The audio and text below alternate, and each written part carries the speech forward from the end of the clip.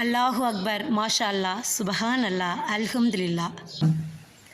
அல்லாவினுடைய நாட்டம் இல்லாமல் பூமியில் எதுவும் நடக்காது. நம்ம என்ன வேணுமோ நீங்கள் அல்லாட்ட தாராளமாக பேசலாம், கேட்கலாம். அதாவது கேட்கலாங்கிறத விட பேசுங்க. நீங்கள் பக்கத்தில் ஒரு சக மனிதர்கள்ட்ட பேசுகிறோம் இல்லையா, அதே மாதிரி தான் நான் சொல்கிறேன். நீங்கள் அல்லாட்ட பேசுங்க. அதாவது நான் குர்ஆன் எனக்கு தெரியலையே, எனக்கு இந்த உருது மொழி தெரியல, இதில் அப்படியெல்லாம் இல்லை. கடவுள் எல்லா உலகத்தை படைச்சிருக்கிறாரு, எல்லா மொழிகளையும் படைச்சிருக்கிறாரு. அவருக்கு எல்லாம் தெரியும். நம்மளை என்ன அவர் பார்க்குறாரு, என்ன மாதிரி இதயத்தை அவர் விரும்புகிறார் அப்படிங்கிறது தான் இங்கே நமக்கு எல்லாருக்கும் தெரிஞ்சது தான். இருந்தாலும் நான் ஞாபகப்படுத்துகிறேன். தீய செயல்கள் செய்ய வேண்டாம். எது தீய செயல்கள் எல்லாமே மனச்சாட்சிக்கே தெரியும். எல்லாமே கொடுத்துருக்குறாங்க நமக்கு கடவுள். அப்போ புறம் பேச வேணாம், பொய் சொல்ல வேண்டாம், ஒரு நல்ல எண்ணத்தோடு. ஸோ இறைவன் எண்ணங்களை தான் பார்க்குறார், இதயத்தை தான் பார்க்குறார். நம்மகிட்ட நிறைய பணம் இருக்கா, இல்லை நம்ம என்ன அப்படின்னு சக மனிதன் பார்ப்பான். பணக்காரன்ட்டனா அவங்ககிட்ட நல்லா பேச்சு வச்சுக்கலாம், இல்லை இவன் நல்லா இதாக இருக்கா, இல்லை படித்தவங்கன்னா பேசலாம். ஏதோ ஒரு வகையில் மனிதன் தான் பேதம் பார்த்துக்கிட்டு இருக்கான். இறைவன் அப்படி பார்க்கல. நீங்கள் அதே மாதிரி அவர்கிட்ட கேட்குறத அவர் தொந்தரவாக நினைக்கல. அவர் உங்களை படைச்சவர். நீங்கள் ஒரு பக்கத்து வீட்டில் போய் ஒரு 10 தடவை தொடர்ந்து காசு கேட்டிங்களோ, கடன் கேட்டிங்களோ, ஏதோ ஒன்று நீங்கள் கேட்டிங்கன்னா அவங்க அப்படியே உங்களை விட்டு தூரமாக போயிடுவாங்க. பக்கத்து வீடு கிடையாது, சக மனிதர்னு நான் சொல்லலை. நம்மளை பெற்றவங்க, நம்ம உடன் பிறந்தவர்கள் கூட நம்ம அடிக்கடி ஏதாவது கேட்டோம்னா கண்டிப்பாக தொந்தரவாக தான் நினைப்பாங்க. ஆனால் இறைவன் என்ன சொல்கிறாரு, என்னட்ட கேளுங்க அப்படின்னு தான் சொல்கிறார். கடவுள் அல்லாஹ் அவர் நம்ம கேட்குறத விரும்புகிறாரு, நமக்கு கொடுக்க அவர் தயாராக தான் இருக்கிறார். நம்ம எப்படி கேட்கணும் அதுதான். நீங்கள் அதிகாலையில் கேளுங்க, அதே மாதிரி இரவு கேளுங்க. இப்போ கேட்குறோன்னு சொல்கிறோம் இல்லையா, கேட்போம். அதுக்கு முன்னால் நான் என்ன சொல்கிறேன், நம்ம முதல்ல நன்றியாக இருக்கணும் இல்லையா. நம்ம குழந்தைகளுக்கு சொல்லிக் கொடுப்போம், யாராவது ஒன்று கொடுத்தா உடனே தேங்க்ஸ் சொல்லுங்கள், நம்ம மேலே தப்பு இருந்தால் சாரி சொல்லுங்கள், அப்படிலாம் சொல்லி கொடுக்குறோம். நம்ம என்னைக்காவது இறைவனுக்கு நன்றி சொல்லியிருக்கிறோமா? நன்றி அப்படின்னா நம்மளை படைச்சிருக்கிறாரு. அதாவது நம்ம எப்பயுமே குறைகள் மட்டுமே, என்கிட்ட இது இல்லை அது இல்லை அப்படின்னே சொல்லிகிட்ருக்குறோம். இருக்கிறத வச்சு நம்ம எனக்கு இது கொடுத்துருக்குறீங்க, உயிரோடு இருக்கிறேன், ஆரோக்கியத்தோடு இருக்கிறேன், நல்லா படிச்சிருக்கிறேன், பேரண்ட்ஸ் இருக்காங்க, அவங்களுக்கு என்ன இருக்கோ முதல்ல எனக்கு இதெல்லாம் இருக்குது அப்படின்னு சொல்லி நம்ம நன்றி சொல்ல பழகணும். அதுக்கு பிறகு தான் நமக்கு எனக்கு இதெல்லாம் வேணும் அப்படின்னு நம்ம கேட்கணும். கேட்குறது தப்பு கிடையாது, அதை நம்பிக்கையோடு கேட்கணும். ஸோ இது கிடைக்குமா, இல்லை கிடைக்காதா, இல்லை ஏதோ ஒரு டவுட்டா, இல்லை இதுக்கெல்லாம் பாசிபிள் இருக்கா. நீங்கள் உலக வாழ்க்கையில் சில லாஜிக்கு அதெல்லாம் வச்சுக்கிட்டு இது பாசிபிளா அப்படிலாம் கிடையாது. நீங்கள் என்ன வேணாலும் கேட்கலாம். இறைவன் படைத்தவர், அவரை விட அதிசயம் அற்புதம் பண்ணுறதுக்கு யாரும் இல்லை. இறைவன் கொடுக்கறத யாராலையும் தடுக்க முடியாது, அல்லாஹ் கொடுக்கறத யாராலையும் தடுக்க முடியாது. அப்போ நீங்கள் கேட்குறத நம்பிக்கையோடு கேட்கணும். நம்பிக்கைங்கிறது நான் சொல்கிறது சும்மா தான் சொல்கிறேன், சந்தேகமாக அப்படி கிடையாது. எனக்கு வேணும், உங்களால் முடியும், எனக்கு நீங்கள் கொடுப்பீங்க அப்படிங்கிற அந்த முழு நம்பிக்கை. இன்னும் இங்கிலீஷில் ட்ரஸ்ட்டு, பிலீவ் வேறு. பிலீவும் நம்பிக்கை தான், ட்ரஸ்ட்டும் நம்பிக்கை தான்.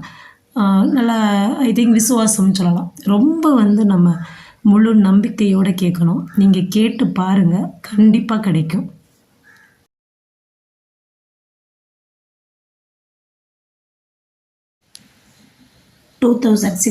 நடந்த ஒரு உண்மை சம்பவம் என்ன அப்படின்னா, இந்த காலத்தில் உங்களுக்கு தெரியும், ப்ரெக்னெண்ட்டாக இருந்தால் 10 மாதமும் ஹாஸ்பிட்டல் போயிட்டு ஸ்கேன் பண்ணுறேன், செக் பண்ணுறேன் அப்படின்னு நிறைய பார்க்குறாங்க. அது மட்டும் இல்லை, முன்னாலேயே ட்ரீட்மெண்ட் பண்ணி குழந்தைங்கிறாங்க, அதுக்கப்புறமும் 10 மாதம் ஆஸ்பத்திரி போகிறாங்க. இப்படியான காலகட்டத்தில் வாழ்ந்துட்டுருக்கோம். இந்த காலகட்டத்தில் 2016 ஒரு பொண்ணு பல சூழலில் அவங்களால ஆஸ்பத்திரிக்கெலாம் போக முடியலை. 10 மாதமாக அவங்க ஆஸ்பத்திரிக்கு போகலை. இங்கே கன்ஃபார்ம் பண்ணுறாங்க கன்சீவாக இருக்கும். அதோட அவங்களால சாப்பிடக்கூட முடியல, வாமிட்டிங் இருக்குது. அதுக்கப்புறம் ஏதோ பழங்கள் ஏதோ வாங்கி சாப்பிட்றாங்க. அந்தளவுக்கெல்லாம் சாப்பிட்றதுக்கு கூட வசதியும் இல்லை, பார்த்துக்கிறதுக்கு யாரும் இல்லை. ஸோ வறுமை, பல சூழல், மொத்தத்தில் அவங்க எந்த வித கவனிப்பும் இல்லாமல் இருந்துகிட்ருக்குறாங்க. அந்த டெலிவரி டேட் அப்போ ஒரு 10 days அந்த டைமில் அவங்க ஹஸ்பண்டோடைய ஆட்சி வர்றாங்க. அதுக்கப்புறம் அந்த பொண்ணோட அம்மாவும் வர்றாங்க. அம்மா வந்த ஒரு 2 நாளில் கரெக்டாக டெலிவரி பெயின் வருது. சரி நார்மல் டெலிவரி ஆகும், ஏன்னா டெலிவரி பெயின் இருக்குது அதுக்கு அப்படின்னு சொல்லிட்டு ஒரு பக்கத்தில் ஆரம்ப சுகாதார நிலையம் சொல்கிறாங்கல்ல, அப்படி ஒரு சின்ன ஆஸ்பத்திரிக்கு தான் கூப்பிட்டு போகிறாங்க. ஆனால் அங்கே எப்படின்னா ஆண்களும் சகோதரர்கள் அவங்களுக்கு தெரியும், அதனால் ஒன்றும் இல்லை. ஸோ அந்த பெண்ணுக்கு வந்து ரொம்ப பெயின் வருது, பனிக்கூடம் உடையுது, எல்லாம் நடக்குது. ஆனால் குழந்த வந்து இது பண்ண முடியலை. அப்போ வந்து அவங்களுக்கு இப்போ வேறு அடுத்து வந்து ஃபெசிலிட்டிஸ் இல்லை, வேறு மாதிரி அவங்க குழந்தைய வெளியே இது பண்ணுறதுக்கு எந்த ஃபெசிலிட்டிஸும் இல்லை.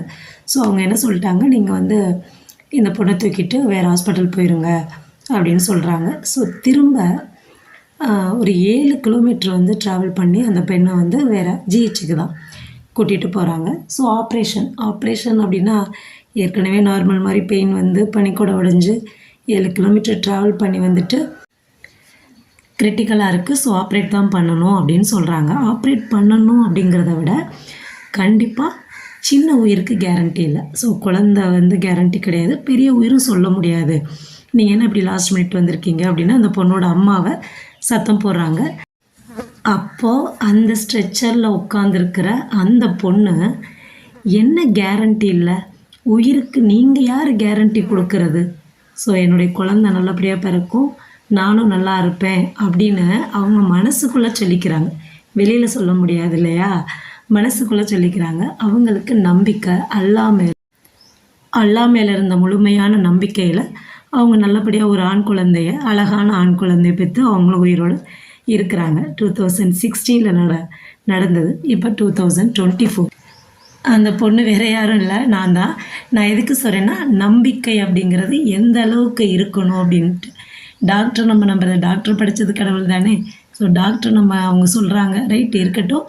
இருந்தாலும் நான் டாக்டர் குறை சொல்லலை. கடவுள் அப்படிங்கிறவர் எல்லாரையும் படைத்தவர், அற்புதங்கள் அதிசயங்கள் பண்ணுறவர். கடவுளை தாண்டி ஒரு சக்தி உலகத்தில் இல்லை. அவர் நினச்சா நமக்கு கொடுக்கலாம். மற்றவங்களால் அவரை கொடுக்கறத தடுக்கவும் முடியாது, கொடுக்கறத நிறுத்தவும் முடியாது. உங்களுக்கு என்ன வேணுமோ நீங்கள் நேரடியாக அல்லாட்ட கேளுங்க, நம்புங்க, நடக்கும். நானே சாட்சி. இன்ஷா அல்லாஹ் மீண்டும் சந்திப்போம்.